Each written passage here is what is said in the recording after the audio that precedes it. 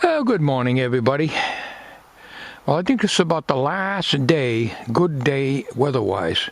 It's going to start getting November-like starting tomorrow, and it's going to rain Thursday. So, all right. Thanks to Don, umajunkcollector, he suggested taking a small screwdriver and putting it into the each pin here, each socket on the female, till you find the one that's clogged. Looking in there, I couldn't see anything. So I managed to push the screwdriver down without too much effort and cleared it out. So it's working. It's plugging in and out. It's still hard to plug in and out because that's just the way it is with these things. So I changed the design again, as I always do. Decided I'm not going to have it over here. So I removed that piece of wood there that you see. And I used the bracket. I modified the bracket, shortened it up, did away with the piece of wood that was behind it, and really clamped this down tight, added another brace here, and ran the wires up like this, going up. So all I got to do is reach down underneath here. Am I in camera view? There's my finger moving there. All right. Just plug it right in, and I've tried it.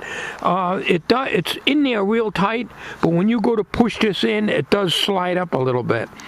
Naturally, I'm not going to go drilling holes in this case and try to secure it in here.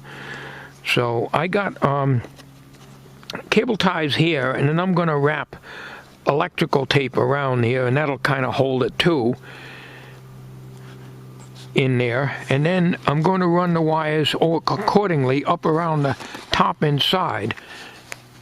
There is room in the top inside. Not sure if you can see it, because obviously I can't see the viewfinder from the position I'm in. But up through this area here, way in the back, away from, see, I got a little valley in here, a little area, and I can tuck the wires in here. Now, I'm going to wrap some electrical tape around here. This isn't going to show anyways. The shirt will be over it. Now, normally, on the old design, where I had the relay box down here, if you've been following the projects, you know exactly what was going on at that time. And I had a back that came on. It's from here, from this area here, and it went down to about here.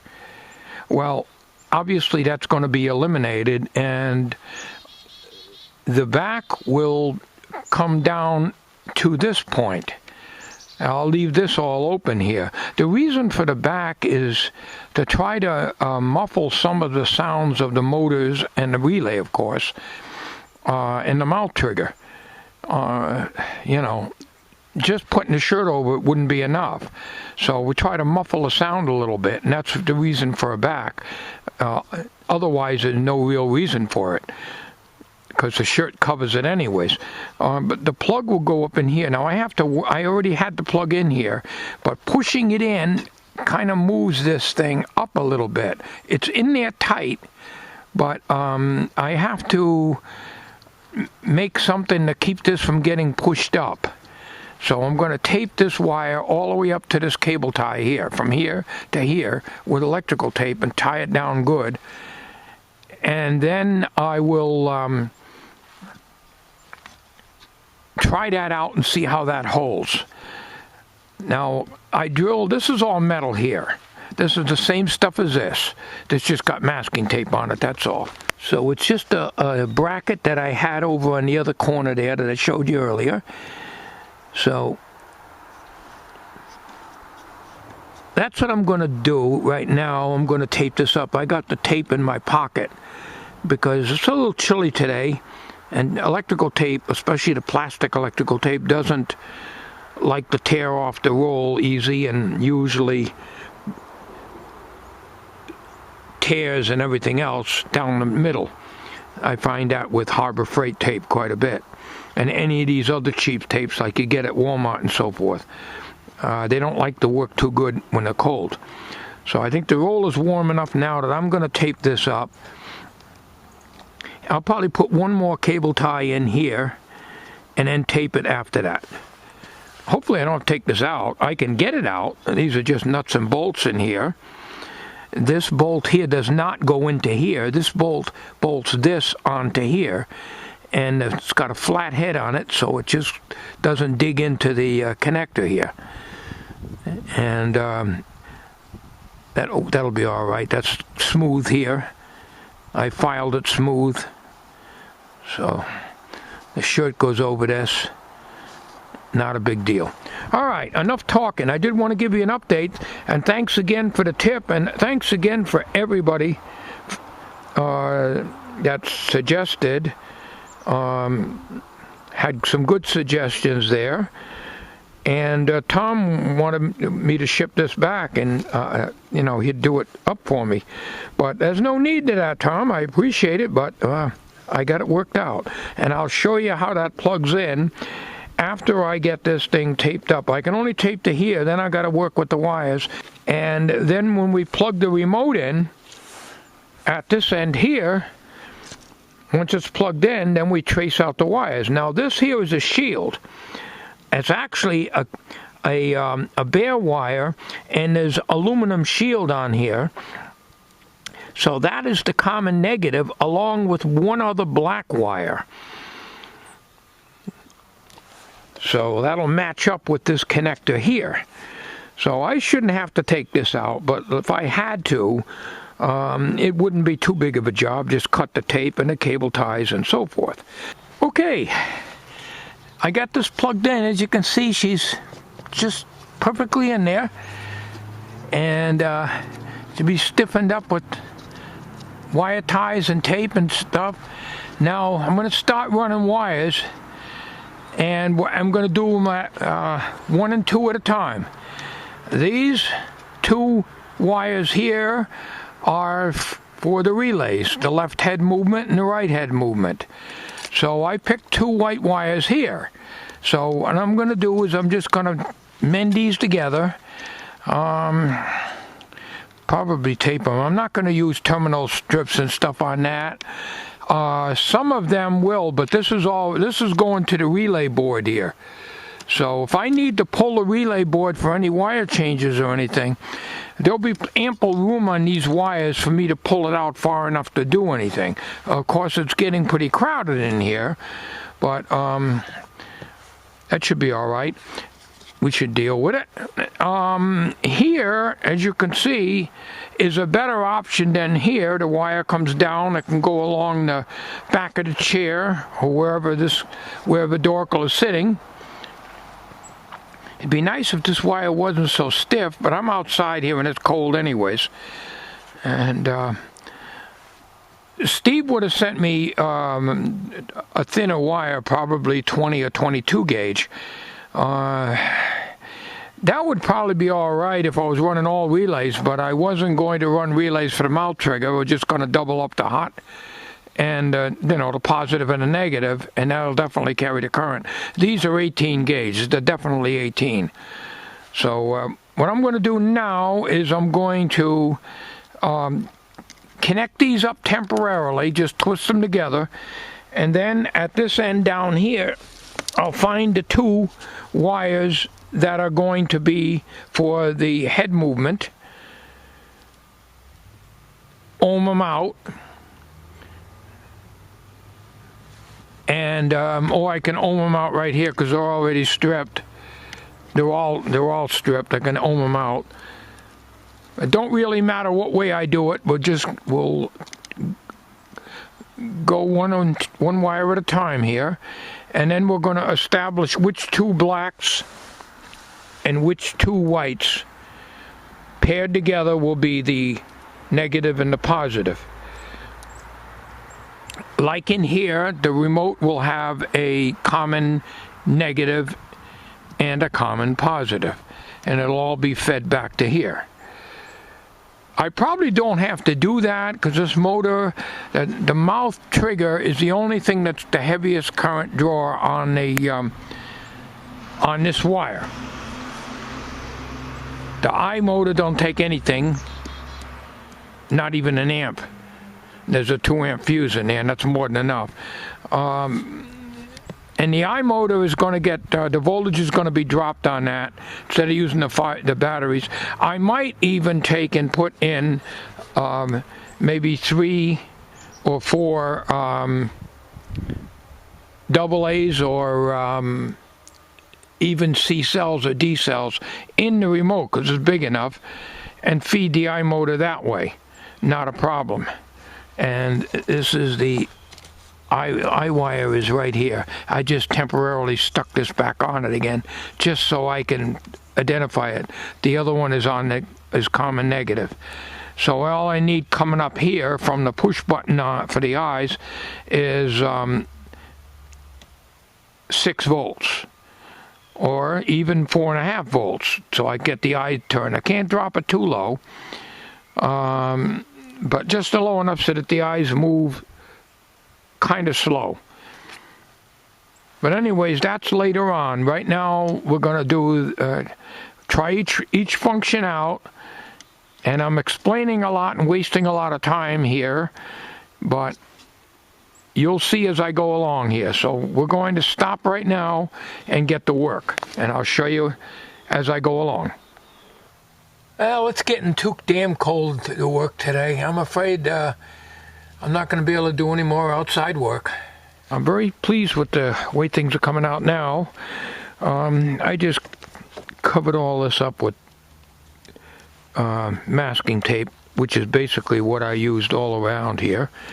And just kind of like covers up the sharpness of some of the screws and the sharpness of the wire ties where they crimp together. And of course the electrical tape's underneath there. Now that doesn't move at all now when I pull and push this in and pull it out. I can hold this too as I remove this and put it in, but if I put it back on this, I'm obviously not going to be able to do that. And I just put this on it just to tell me what direction it goes in, if I'm in a darkened room or something. I won't have to take a flashlight and look to see which way the pins go. When you got poor eyesight, you got to have a lot of light to see what you're doing. So anyways, I started tracing this out. I got the wires traced out for the relays, energizing for the head to go left and right. I got to trace out the rest. I got it plugged in, as you can see, and I'm just tracing it out here. But it's too cold. It's too cold, and my hands are getting cold. I'm cold. It's not a nice day. I thought it was going to be a lot warmer. Yesterday was a beautiful day, but if I didn't have that setback. But in a way, that setback actually gave me some time to think, you know, that's not a good idea to have that plug here. I was going to put it down here, and I said, no, that wouldn't be too good. So actually, this is a very good way to do it. I have to go by feel because you can't see the connector, but I got it hanging down. You can't see that with the masking tape there, but it's hanging down about 1/4 inch lower than this steel bar here. The steel band, I should say. And so I can reach in there quite easily, and I can pull it right out very easily. Okay? And I got it so all the flat pins are facing me. And as you can see, ideally I'd like it so it's faced out, but that would mean this business. Because if it was over here, you'd have this thing. You can't bend this wire very good. There's a big arc in that. At least this way, she comes down and she goes along the bottom, and Dorkel will be sitting in a chair usually, and it'll be similar to the other setup where the wires were coming out here. So it's not bad. And the wire, or it could run along the floor, but of course he doesn't sit on the floor, he sits in a chair usually. So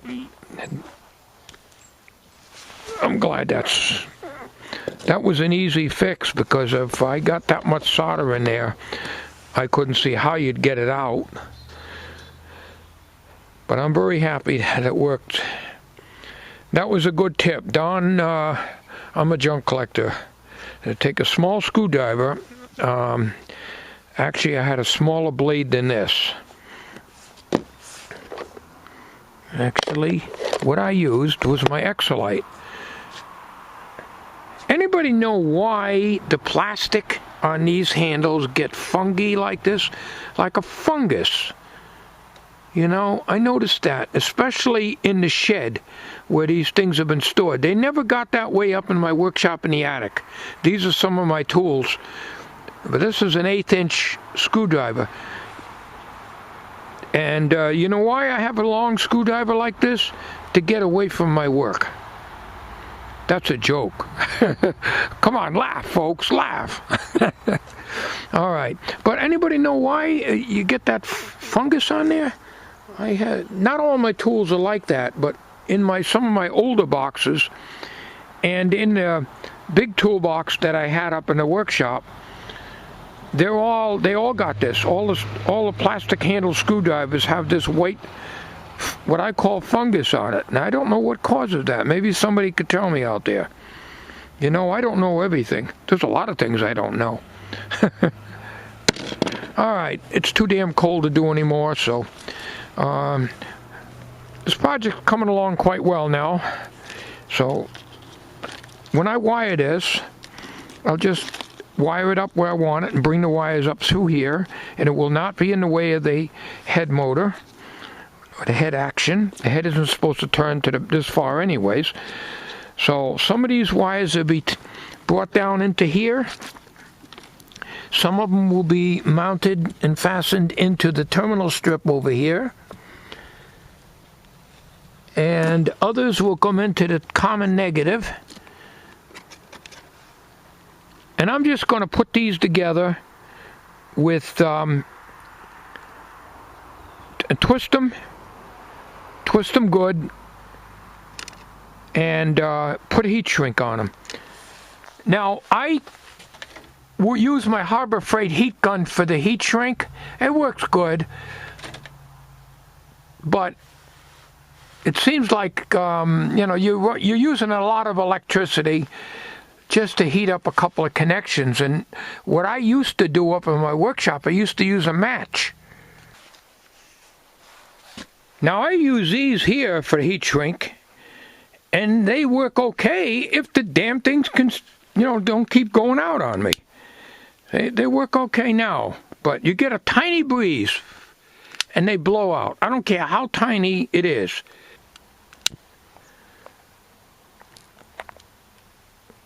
Now it's working. But it kept going out yesterday. A little breeze. It's going.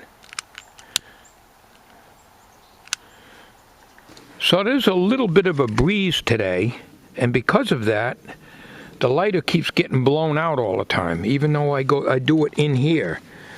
There's a tiny breeze, just maybe 5 miles an hour or so. It's not very much. Enough to make it uncomfortable today, too. But it blows out the flame on this. I guess I'm going to have to use the heat gun on it. But it's so big that when I'm in a confined area with it, you know, I'm heating up everything all around it.